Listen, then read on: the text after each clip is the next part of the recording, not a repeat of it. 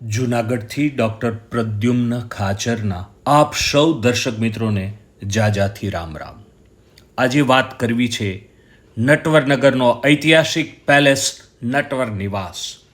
ઇતિહાસ, માનવીઓ, લડાઈઓ, કલા સ્થાપત્યો તથા વિશિષ્ટ મકાનોની પણ નોંધ લે છે. કેટલાક મકાનોનો પણ ભવ્ય ઇતિહાસ હોય છે.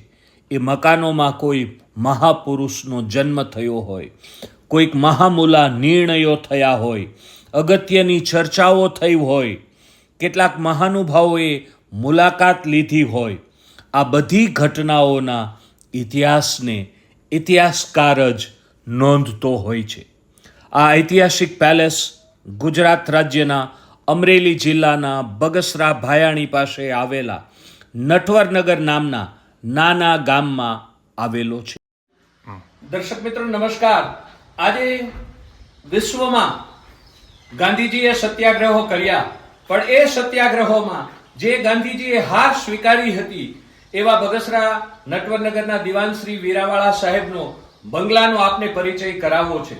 રાજકોટ સત્યાગ્રહને લોકો જાણે છે, પરંતુ વીરાવાળા સાહેબ પાસે કેવી કૂટનીતિ હતી, રાજ્યને કેમ વફાદાર રહી અને એણે રાજ્યની દિવાન પદ એમણે ભોગવ્યું હતું.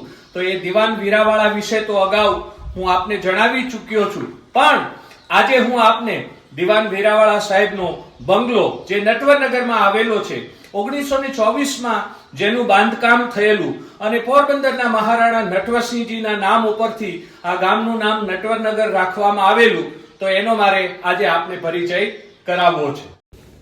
કાઠિયાવાડમાં અઠંગ મુત્સદ્દીગીરી માટે પંકાયેલાને જૂનાગઢ, પોરબંદર અને રાજકોટ રાજ્યના દિવાન પદે રહેલા દરબાર શ્રી વીરાવાળાનો આ પેલેસ છે.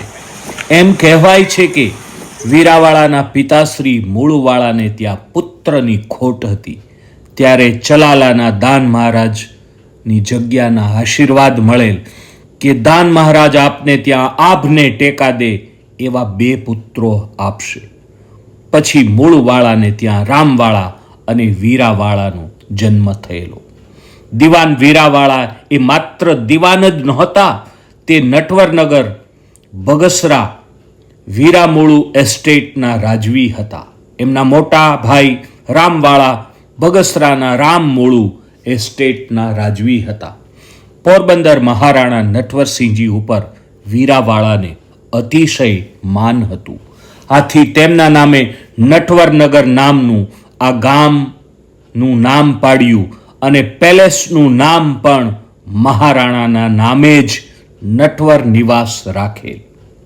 આ પેલેસ આજથી 100 વર્ષ પહેલા ઈસવીસન 1924માં બન્યો હતો, જે 8 વીઘા જમીનનો વિસ્તાર ધરાવે છે.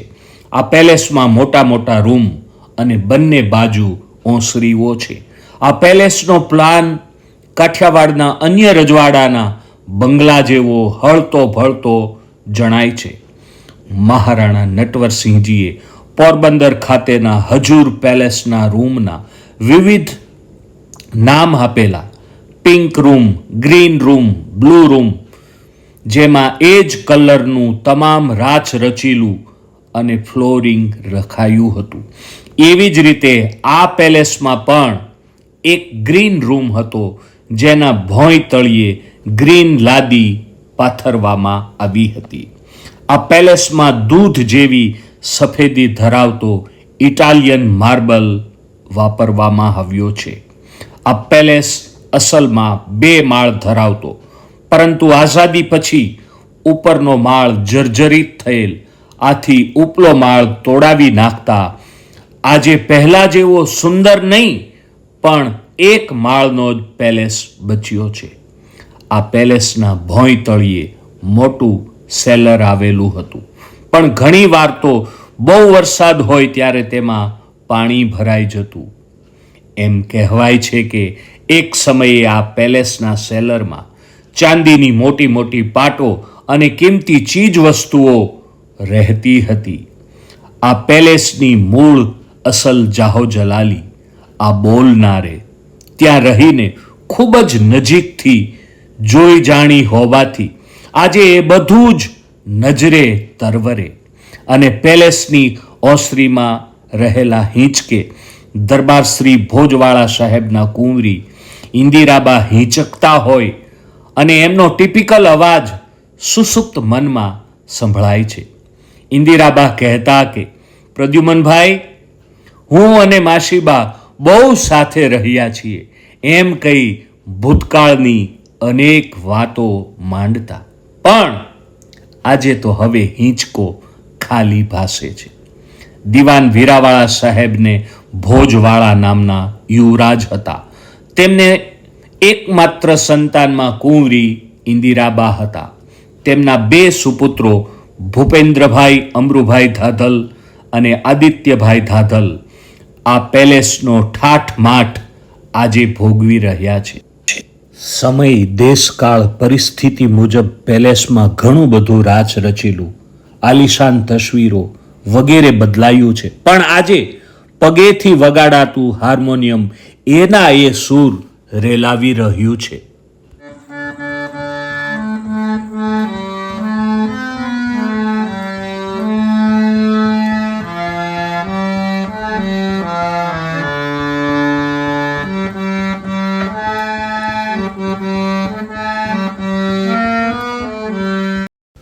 આ પેલેસમાં કાઠિયાવાડના અનેક નાના મોટા રાજવીઓ અને અંગ્રેજ ઓફિસરોની અહીં ચહલ પહલ રહી હતી. જેના મુખ્ય દરવાજે ઊભેલા વિખ્યાત મહાનુભાવોની તસવીર અહીં આપને બતાવી છે. આ પેલેસમાં રાજકોટ સત્યાગ્રહને તોડી પાડવાના કાવા દાવાઓની ચર્ચા થઈ હશે. રાજકોટ સત્યાગ્રહને નિષ્ફળ બનાવ્યો ત્યારે મહાત્મા ગાંધીજીએ હરિજન બંધુમાં લેખ લખેલો. તેનું શીર્ષક હતું હું હાર્યો. આ લેખ દિવાન વીરાવાળા અને યુવરાજ ભોજવાળાએ અહીં જ પેલેસમાં વાંચી અટ્ટહાસ્ય કરી ખુશ થયા હશે કે આપણે રાજકોટ રાજ્યને વફાદાર રહીને જ સામ દામ દંડ ભેદની તમામ નીતિ વાપરી ગાંધીજીને રાજકોટમાંથી કેવા બિસ્તરા પોટલા પેક કરાવી દીધા. રાજકોટ સત્યાગ્રહ સફળતા કરતા નિષ્ફળતાથી વધુ પ્રસિદ્ધ બનેલ અને દિવાન વીરાવાળા ખૂબ જ એ જમાનામાં ચર્ચાયા. એમના કાર્ટૂનો ત્યારે ખૂબ જ ચિતરાયા, જેમાં કેટલીક સાચી અને કેટલીક ખોટી વાતો પણ ભળતી ગયેલી. એના સાચા ઇતિહાસ માટે તો રાજકોટ સત્યાગ્રહ સમયે ડ્યુટી પર રહેલા પોલીસ સુપ્રિન્ટેન્ડન્ટ શ્રી વાલેરાવાળાની રોજનીશી ડાયરીઓ અને વીરાવાળાના વંશજોને પૂછો ત્યારે કેટલાક અપ્રગટ સત્યો જાણી શકો. હા, હું એમ પણ નથી કહેતો કે રાજકોટ રાજ્યમાં ત્યારે બધું સારું હતું. ટેક્સ વધારેલ, કાર્નિવલ કંપનીને જુગારના પરવાના અપાયેલ, મજૂરો પાસેથી 10 થી 12 કલાક કામ લેવાતું વગેરે વગેરે. ચતુર મુત્સદી દિવાન વીરાવાળાની અર્થી 1940માં નીકળીને રાજ સ્મશાનમાં કાઠિયાવાડની અઠંગ મુત્સદી પંચ મહાભૂતમાં વિલીન થઈ ગઈ. વીરાવાળાની રાજકીય દાવપેચ નીતિને કોઈ ત્યારે પહોંચી શક્યું નહોતું એની નોંધ તટસ્થ ઇતિહાસે લીધી છે. ગાંધીજીએ ખુદ કહેલ કે વીરાવાળાને હું જીતી શક્યો નહીં એટલી મારી અહિંસા અધૂરી. કારણ રાજકોટ તો કાઠિયાવાડનું નાક હતું. ત્યાં ઇજ્જતનો સવાલ હતો. રાજકોટ સત્યાગ્રહની અનેક વાતો આ પેલેસે થઈ હતી. આથી આ પેલેસનું મારે મન મહત્વ પૂનાના આગાખાન પેલેસની જેમ જ ગાંધીજીની સામી પાર્ટીના દિવાન વીરાવાળાના નિવાસસ્થાન તરીકે રહેલું છે, જે આપને આજે ઘેર બેઠા બેઠા આબેહૂબ બતાવ્યો છે.